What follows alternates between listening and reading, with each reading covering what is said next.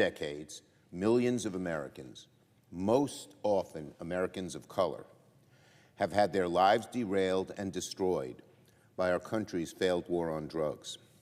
The consequences of this harmful campaign linger on to this very day. So I was pleased by yesterday's news that the DEA under the Biden administration is preparing to take a truly historic step, rescheduling cannabis from a Schedule I substance to a Schedule III substance under the Controlled Substance Act. Reclassifying cannabis is a necessary and long overdue step, but it is not at all the end of the story. It's time for Congress to wake up to the times and do its part by passing the cannabis reform that most Americans have long called for. It's past time for Congress to catch up with public opinion and to catch up with the science. So today, I'm proud to join with my colleagues, Senators Booker and Wyden, to reintroduce the Cannabis Administration and Opportunity Act, a comprehensive and necessary update to the federal government's approach to cannabis. I am proud to be the first majority leader ever to call for an end to the marijuana prohibition, because I've seen both the consequences of outdated drug laws and the benefits of common-sense cannabis regulation at the state level. And it's time for Congress to follow suit. Support for cannabis reform is growing in the Senate. Our bill now has 18 sponsors, the most ever for this bill. And we'll keep working to build more support.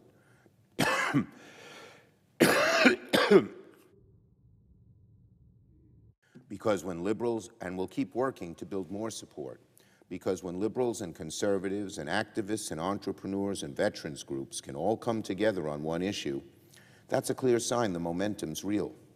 I'm very proud of the bill we're releasing today. Our legislation will finally remove marijuana from the federal list of controlled substances. It will expunge the criminal records of so many Americans with low-level marijuana offenses that haunt them, inhibit them for decades. And it will help our country close the book once and for all on the awful and harmful and failed war on drugs, which all too often has been nothing more than a war on Americans of color. In short, our bill is about individual freedom and basic fairness. We cannot tolerate any longer the tragedy of a young person getting arrested because they have a small amount of marijuana in their pocket. For years, that's all it took, getting caught with a little bit of marijuana, for you to get saddled with a serious criminal record that prevented you from getting a good job, buying a home, getting ahead in life.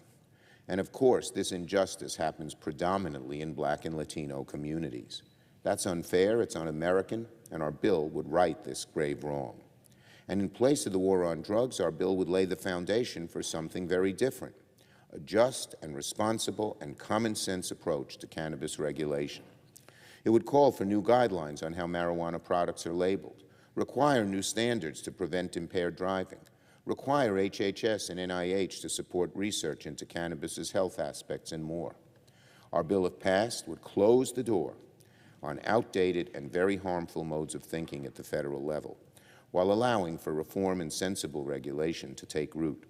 So again, I want to thank Senators Booker and Wyden for being terrific partners in putting this bill together. It's been a long-standing effort, one that's required a lot of feedback from the public and a lot of perseverance.